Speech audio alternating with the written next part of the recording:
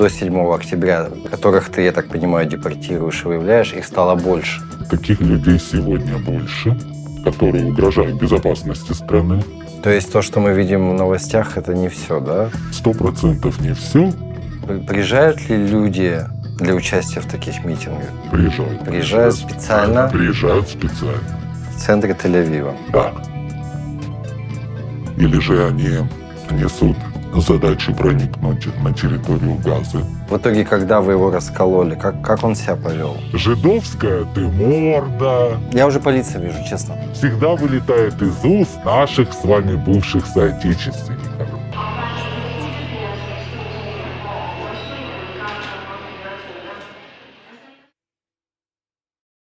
Сегодняшний герой представляет специальную службу в аэропорту Бен-Гурион. В задачи службы входит выявление подозрительных лиц, которые могут угрожать безопасности государства Израиль и чьей целью является дестабилизация страны, шпионаж и помощь врагам. Данная съемка была согласована с руководством службы. В целях безопасности сотрудника мы не называем его имени, не показываем лицо, и его голос также изменен. Ты специальный сотрудник аэропорта в Израиле, который решает, кто въезжает в Израиль, а кто не въезжает. И принимаешь решение, кто проходит, либо не проходит. Как долго ты на этой должности этим занимаешься?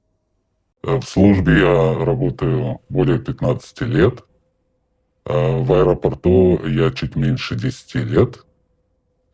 И по долгу службы мне приходится встречать прибывших иностранных граждан, которые прилетают в Израиль с теми или иными целями.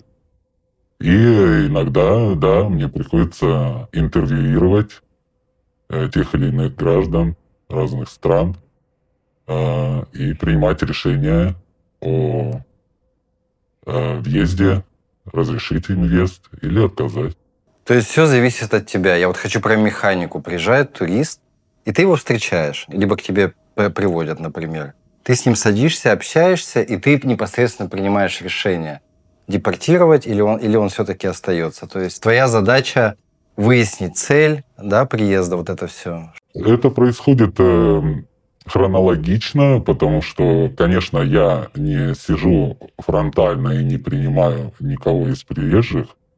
Мне приходится только ожидать, когда другие сотрудники выявляют какие-то сомнительные факты при первичном допросе, и возникают какие-то подозрения или недопонимания о целях приезда того или иного пассажира. И тогда переводят ко мне, и я уже принимаю окончательное решение, или этот пассажир въезжает в страну, или ему будет отказано на въезд. У нас тема канала – это 7 октября. И вот хотелось бы поговорить в рамках вот этого. После 7 октября поменялся ли тип человека, туриста, или, я не знаю, с какими целями приезжают, вот конкретно после 7 октября? То есть я это вот так давай разделю. То есть приезжают ли люди, которые хотят нам посочувствовать, поддержать, действительно, как их много, и приезжают ли люди с какими-то подозрительными целями, как их много и что у них за цели? Вот это очень хороший такой интересный вопрос, потому что если углубиться в этот вопрос, то можно сказать однозначно, что сочувствующих намного меньше от тех, кто пытается въехать под видом туриста и скрывает свои реальные цели для прибытия сюда и пытаются завуалировать настоящие свои желания и, в принципе, то, что они именно хотят здесь делать, это для этого мы и находимся на этом рубеже, чтобы это вскрывать и анализировать и пресекать. Может, тогда, прости, вот это очень интересно, хочется об этом поговорить. Но возвращаясь, допустим, до 7 октября, вот те люди, о которых ты сейчас их расскажешь, они приезжали в таком же количестве, или сейчас вот этих людей, которых ты, я так понимаю, депортируешь и выявляешь, их стало больше? Откровенно я хочу сказать, что таких людей сегодня больше. Их было намного меньше до 7 октября. И после того, как Израиль открыл небо, и авиакомпании вернулись и увеличились также маршруты полетов компаний из разных концов света, мы видим, что приезжают люди, которые их больше намного, чем было ранее, которых приходится, откровенно говоря, после особого анализа и после интервью мы им отказываем на въезд по тем или иным причинам, которые, в принципе, являются как причины, которые угрожают безопасности страны, и их цели для въезда — это навредить нам, ничего они дружеского сюда к нам не несут. И они очень профессионально умеют скрывать эти свои цели. Друзья, нас часто спрашивают, как можно поддержать наш канал и нашу работу. Самая главная поддержка от вас, если вы подпишетесь на канал, поставите лайк и комментарий. Это очень важно для продвижения наших видео. Некоторые не могут этого сделать, связано с тем, что нету аккаунта в YouTube. Я очень прошу, создайте его, это очень просто и займет у вас меньше минуты. Мы также постоянно ищем новых героев для наших фильмов, связанных с событием 7 октября. Если у вас есть история, в описании под этим видео есть ссылка на наш сайт. Вы можете почитать о нас, поддержать нас и написать нам. И мы обязательно свяжемся с вами. Спасибо за просмотр. Можно тогда поподробнее? Вот что это за люди, что у них за цели, и как ты их, то, что можешь сказать, вот вскрываешь, да? Да. Действительно. Скажем так, что сегодня не такой уж большой секрет ни для кого, и мы это знаем из общественных медиа, из газет, о том, что существуют разного рода организации, которые базируются, в частности, в некоторых европейских странах. Я хочу обязательно здесь проакцентировать, что, например, не все страны Евросоюза разрешают действовать на своей территории, например, некоторым организациям некоммерческого характера и не государственным организациям типа, которые проводят некоторую такую своеобразную деятельность. Я бы даже сказал, что увязать ее с некоторой политикой, которая однозначно является враждебной Израилю. А что это за деятельность? Можно сказать? Деятельность — это... Эти люди приезжают под видом волонтеров, которые приезжают от тех или иных организаций помогать на территориях Палестины, скажем так, в Иудее и Шамроне.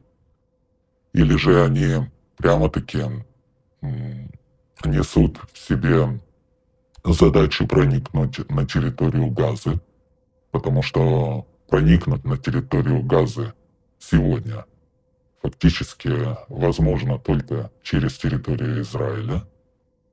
А для этого только из-за активных военных действий, в принципе, требуется специальное разрешение, но, скажем так, 100% ограничения для въезда в Газу как такового не существует. Ну вот у меня, извини, пожалуйста, сразу мысль, вот они приезжают, приехал человек, я просто хочу прям понять действительно, один, например, вот с этой организации или два. Вот он приедет в Газу, вот он хочет в Газу, чтобы что он собирается там делать? Там идет война, там, ну, или он не понимает, что там происходит. Вот он хочет туда прийти, и что он там собирается делать? Вот они объясняли? Вот конечно, это? Да, конечно. Люди эти интервьюируются, и им задаются действительно прямо-таки такие вопросы. Скажем, такого вот прямой вопрос, что именно тот или иной человек, который планирует туда заехать, что они хотят там делать, какая деятельность ими руководит. Обычно они прикрываются различными письмами такого рода, как организации, которые действуют на территории или пытаются действовать на территориях Израиля, особенно на палестинских территориях, Афганистан, Сирия, или это территории Эритреи, Судан. Фактически мы говорим о тех точках, где происходят фактически каждый год какие-то длительные конфликты. Они едут и объясняют это тем, что они хотят помочь людям, например, раздавая пакеты продуктов питания, раздавая им, например, воду или одежду, или помогать им, это могут быть медицинские какие-то работники, связанные с медициной, я говорю конкретно о врачах или медицинских сестрах и братьях, которые пытаются заехать туда и якобы спасать людей, которым необходима срочная медицинская помощь. Ну а по факту у них вот то, что приходится с ними общаться, какая действительно цель? Это или они хотят присоединиться к Хамасу или что они? Разведка? По факту здесь возникает как раз самое основное недопонимание о действительном интересе этих людей, для чего они лежат. Потому что если конкретно посмотреть на эту ситуацию, любой волонтер, въезжающий сюда, в государство Израиль, он не является как таковым туристом. Он не может быть туристом, потому что если ты приехал конкретно с целью въехать в ту или иную точку и там проводить какой-то род действия, это никак не может называться туризмом. Это несоответствие. Для этого, в принципе, в службе иммиграции и паспортного контроля существует такое понятие, как волонтер, виза-волонтер.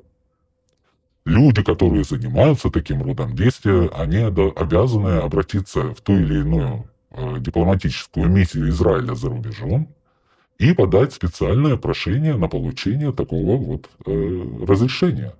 Это категория визы B4, которая тебе дает право легально заниматься волонтерской деятельностью на территории Израиля.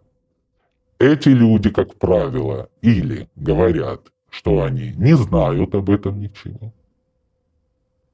или же они придумывают разные истории о том, что они обращались в дипломатические миссии, и им просто посоветовали приехать в Израиль и проводить тот род занятий, который им, как говорится, хочется делать. Вот наша работа пресекать такого рода свободный въезд. Потому что турист и волонтер – это два разных понятия. И турист – это человек, который приехал посмотреть страну, посмотреть какие-то интересные для него места и уехать к себе домой. Но если ты приехал сюда заниматься какой-то деятельностью, и тем более некоммерческой, как они всегда это говорят, а заниматься этим деятельностью добровольно, на каких-то там началах, то для этого нужно иметь специальное разрешение. Вот здесь все и начинается. Такие люди, как правило, скрывают свою миссию какими-либо письмами от различного рода организаций, которые пишут, что они выполняют миссию добровольную и миротворческую. Но почему-то в этих письмах мы можем прочитать очень часто, что эта миссия назначает того или иного обладателя такого письма посетить Палестину. Или пишется Газа.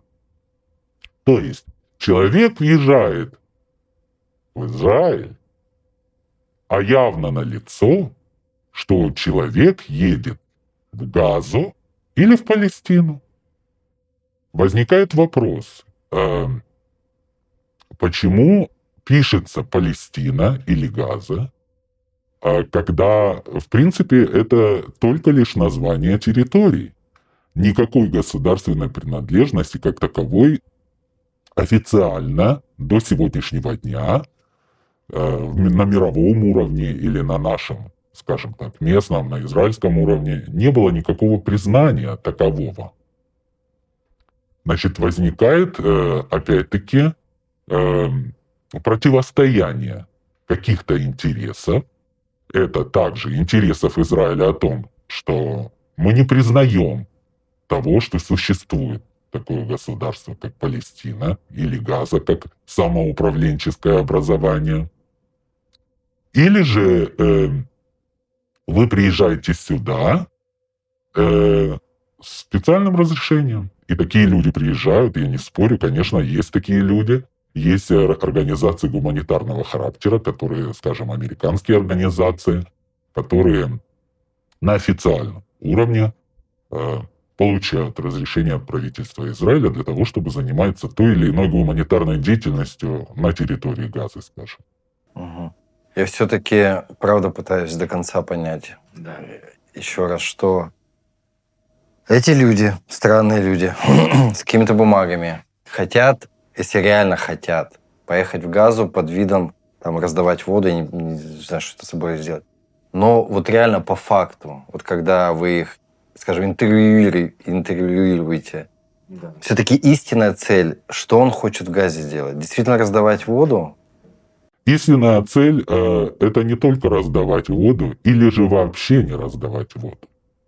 Потому что когда мы, пользуясь всеми необходимыми для этого инструментами, например, находим ту или иную организацию, ее интернет-сайт, и мы начинаем просто изучать, чем конкретно та или иная организация занимается, то получается в итоге, что организации, там, скажем, просто пропагандируют неофашистские какие-то доктрины.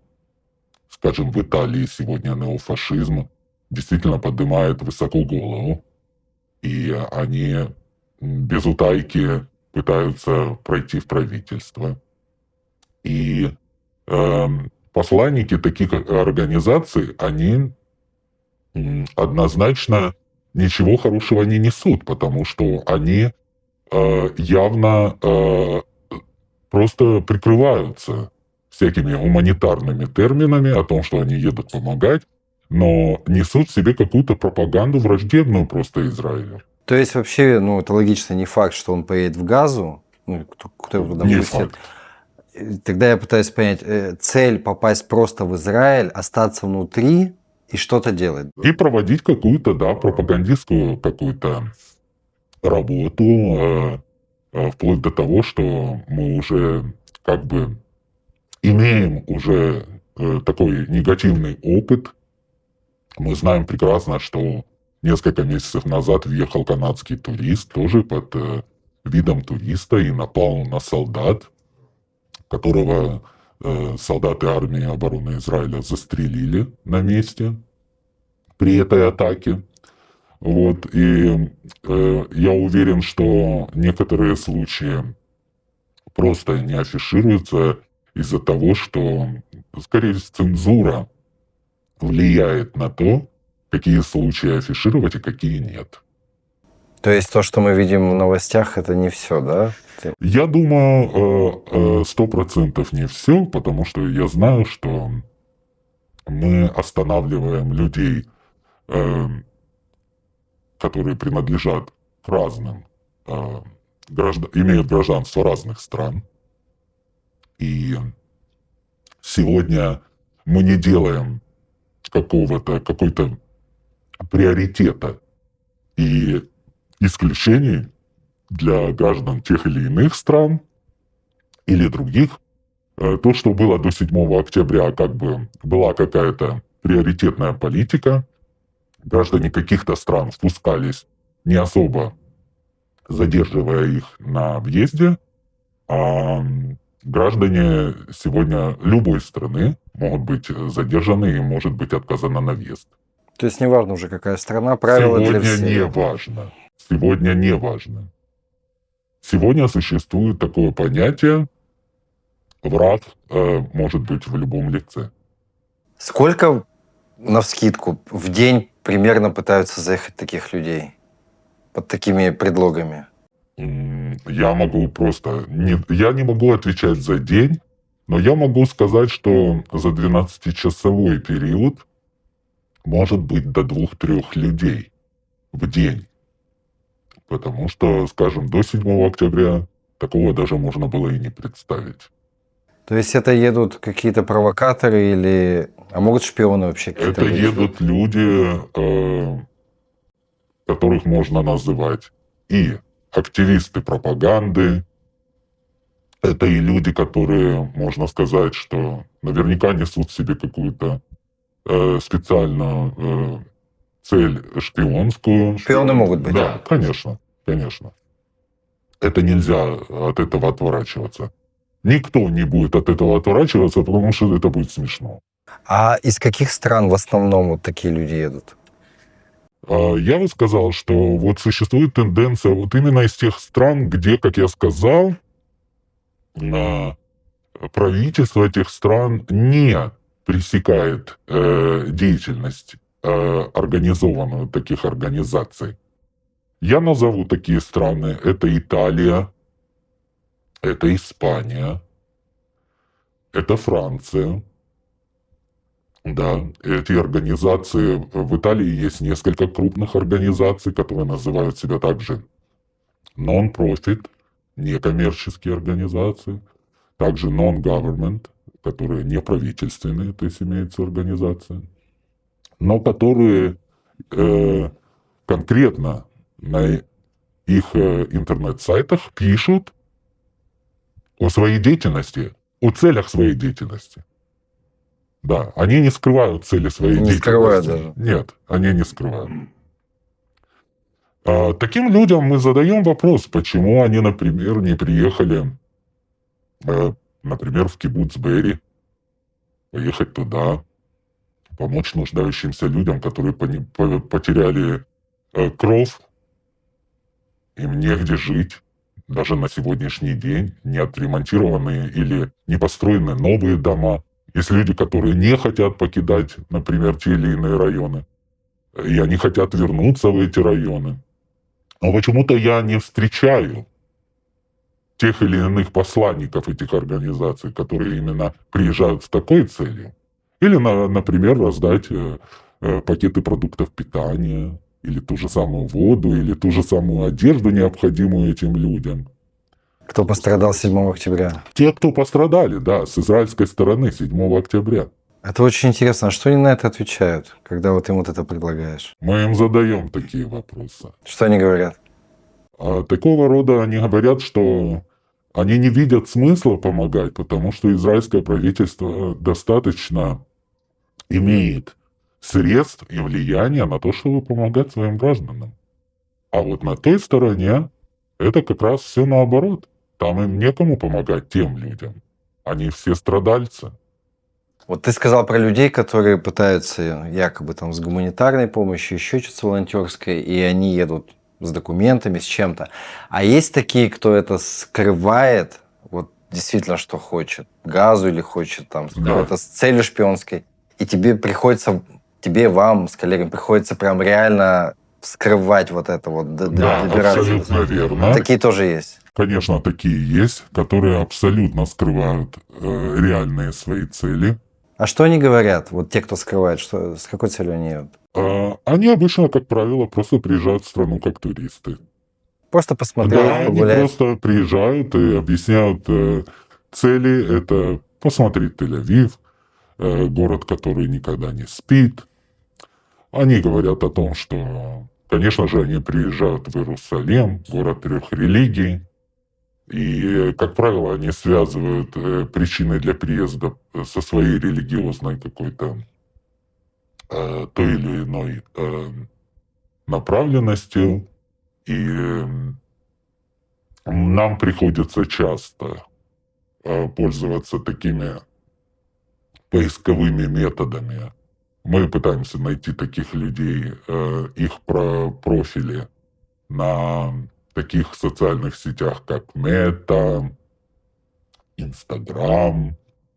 Мы пытаемся их находить, и не секрет, очень часто такое происходило, что мы видели, что люди просто конкретно стоят на стороне агрессора, на стороне террористов, убийц, люди, которые выходят на митинги не просто с опущенными руками, а у меня был конкретный случай, когда я определенно нашел фотографию интервьюируемого с митинга в одной из стран, и он держал флаг Палестины.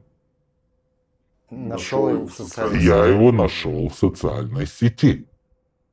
И когда я сказал, что я сомневаюсь о том, что его приезд дружественный, этот человек возмутился.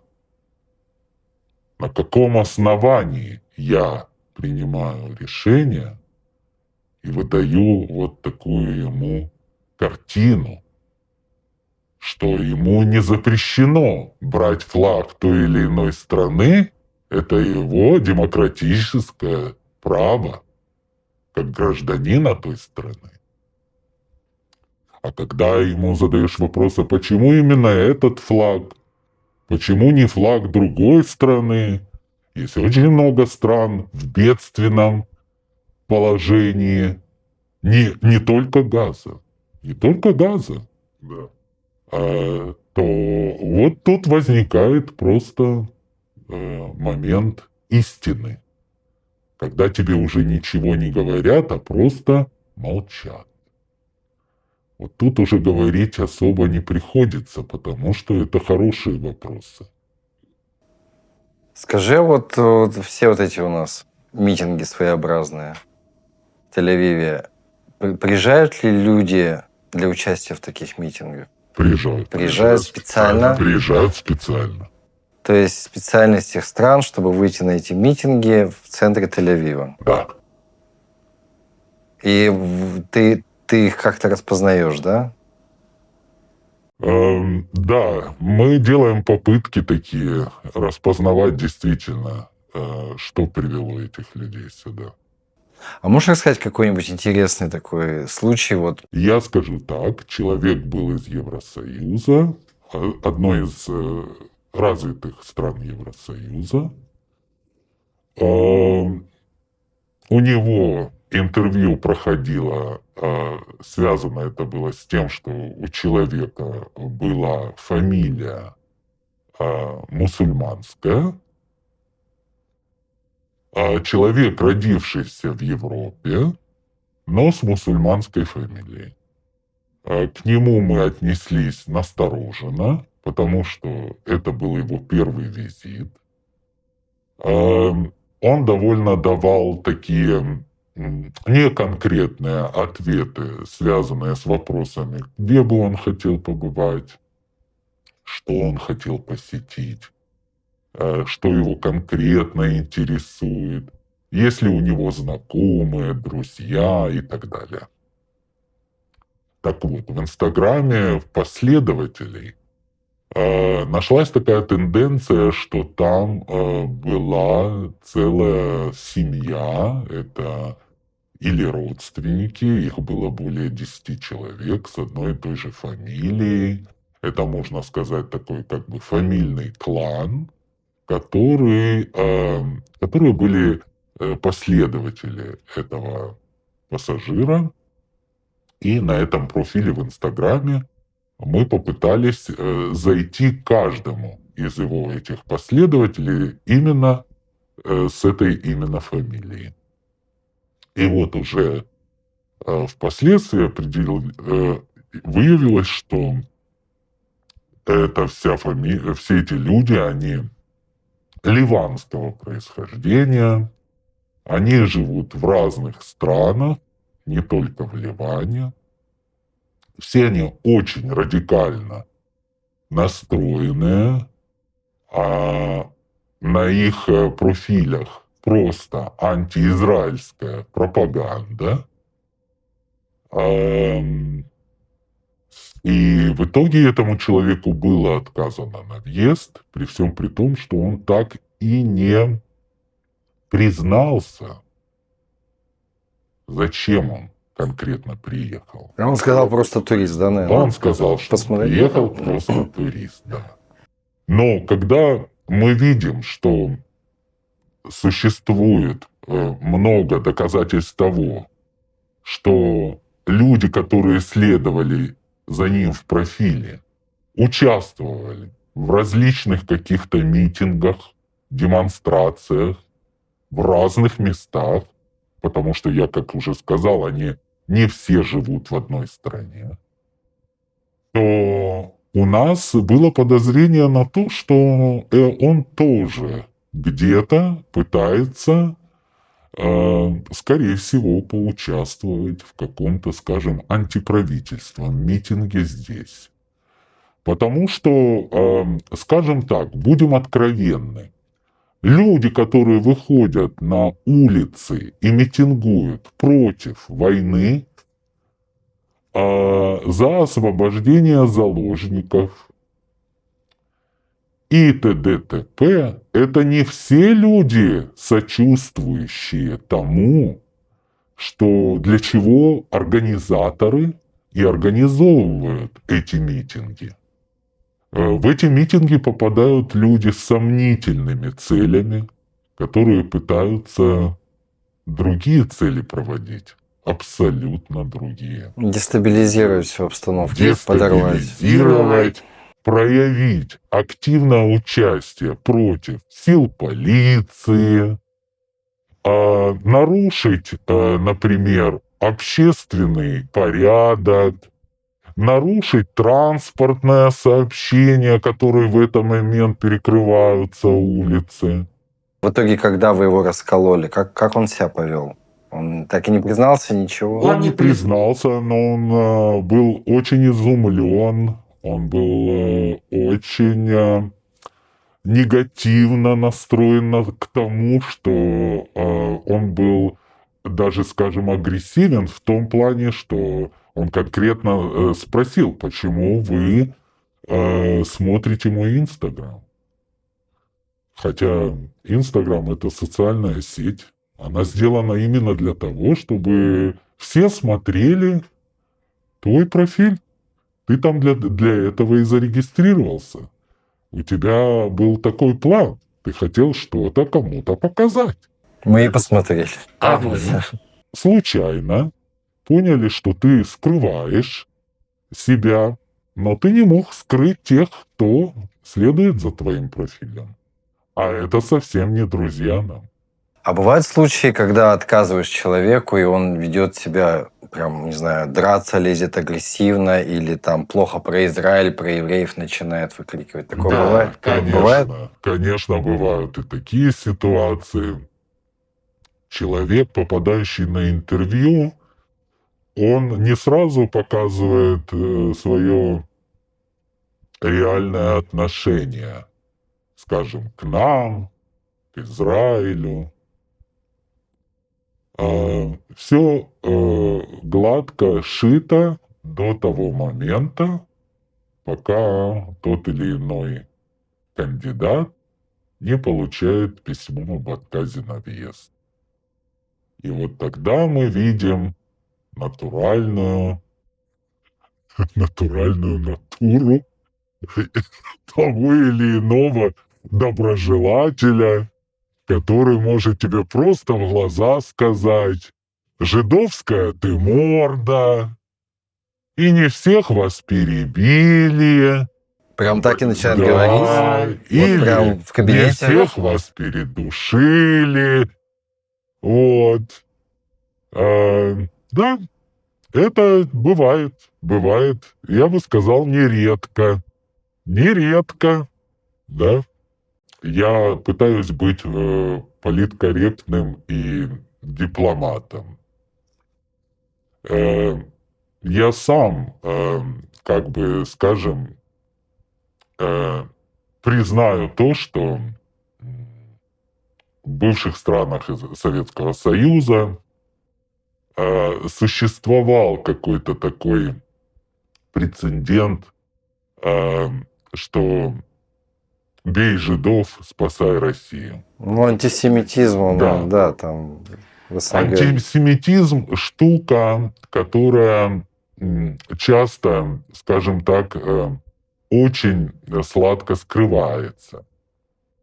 Поэтому, в частности, я все же хочу сказать, что большинство случаев, когда тебе открыто говорят «жидовская ты морда», и что ты вот это тут сидишь и меня расспрашиваешь, зачем я приехал, то я скажу конкретно, это может быть как русский, или как белорус, или украинец. Это также может быть, и уже было на нашей практике такое, это может быть и азербайджанец, или узбек, или казах.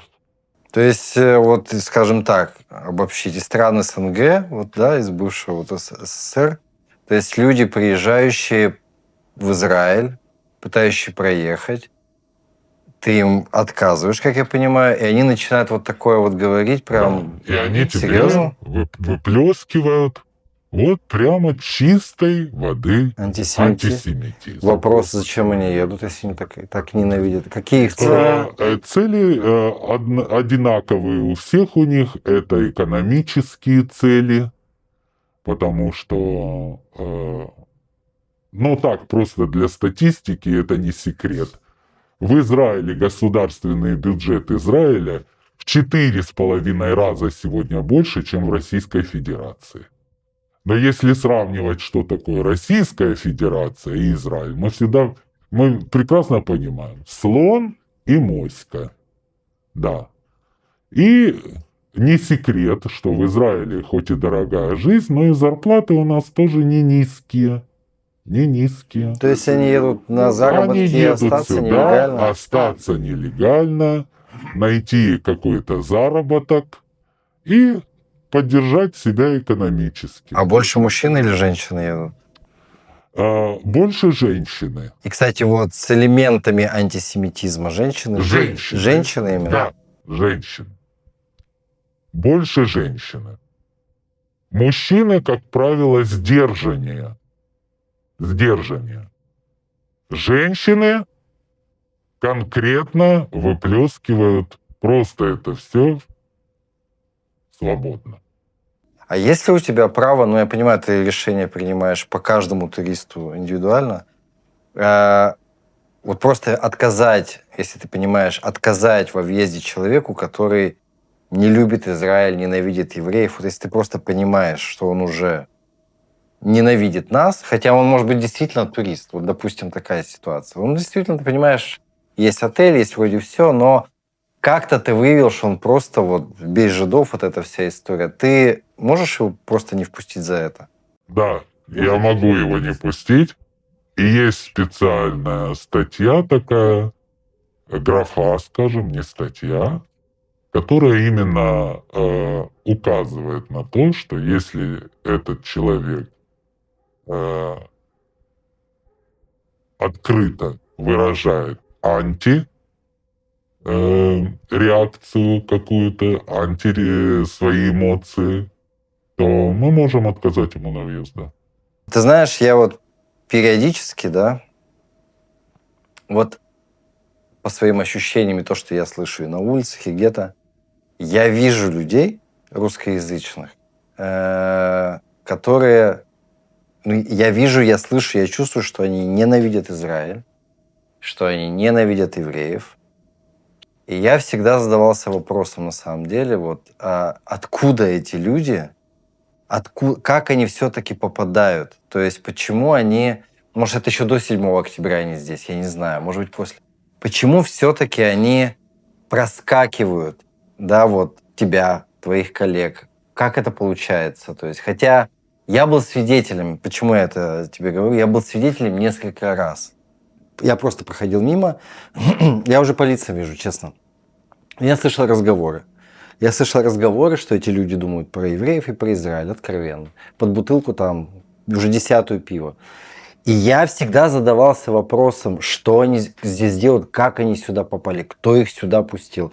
У него на лице видно, что не еврей, все у него прекрасно видно, но он здесь и, видимо, еще работает. Как это происходит? Как они проскакивают вас?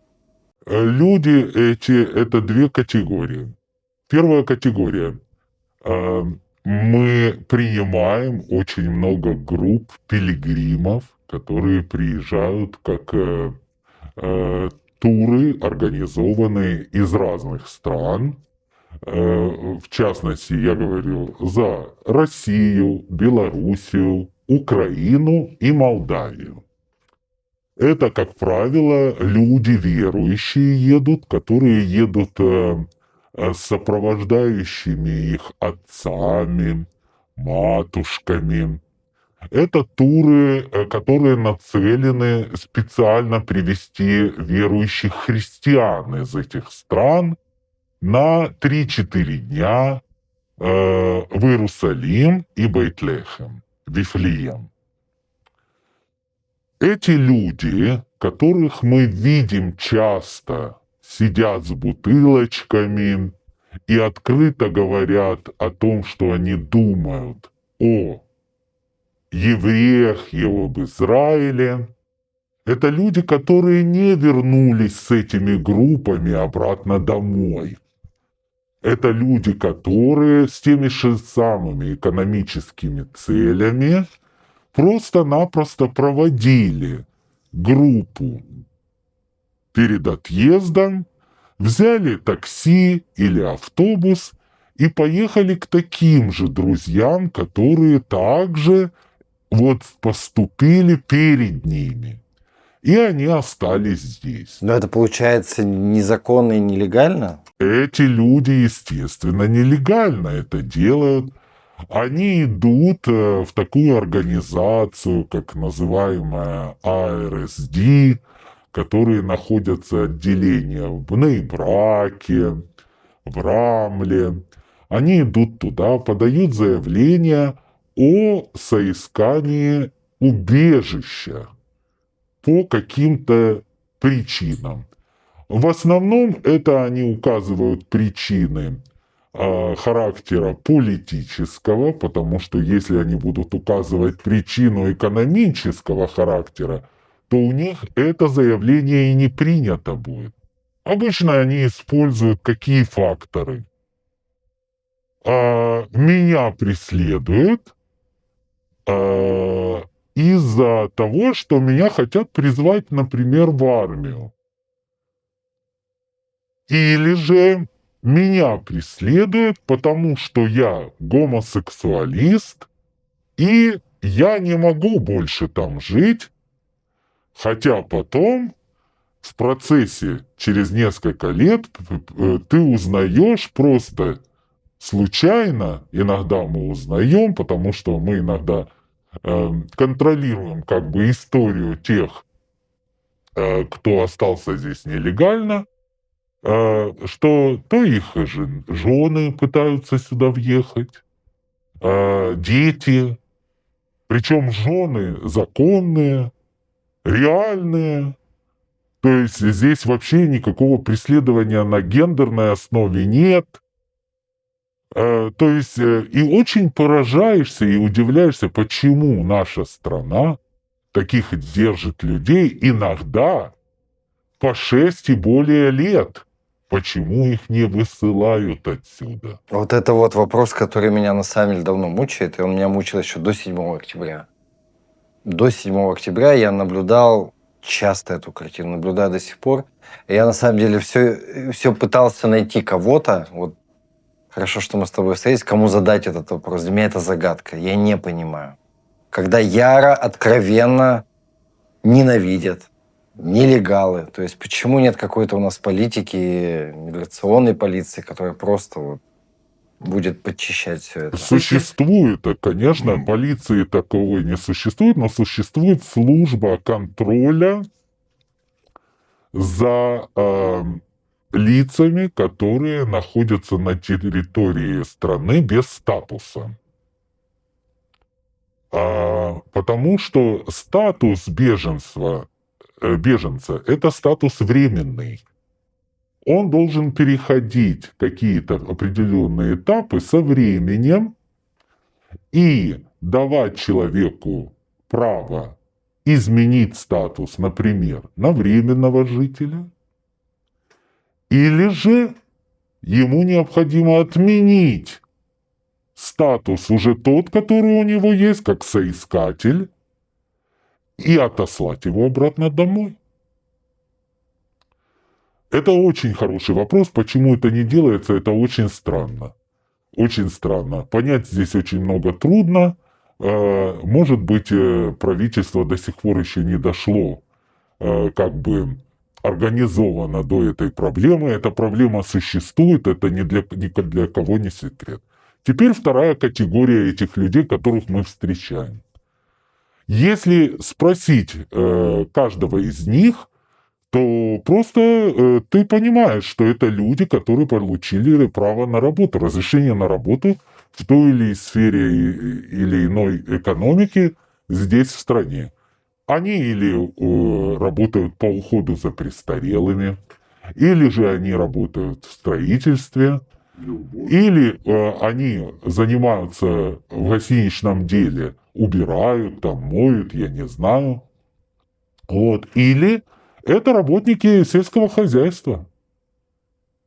Близлежащие территории вокруг Гуж-Дана. Это очень много мушавим, кибуцим. Там не хватает рабочих рук. И вот они там работают.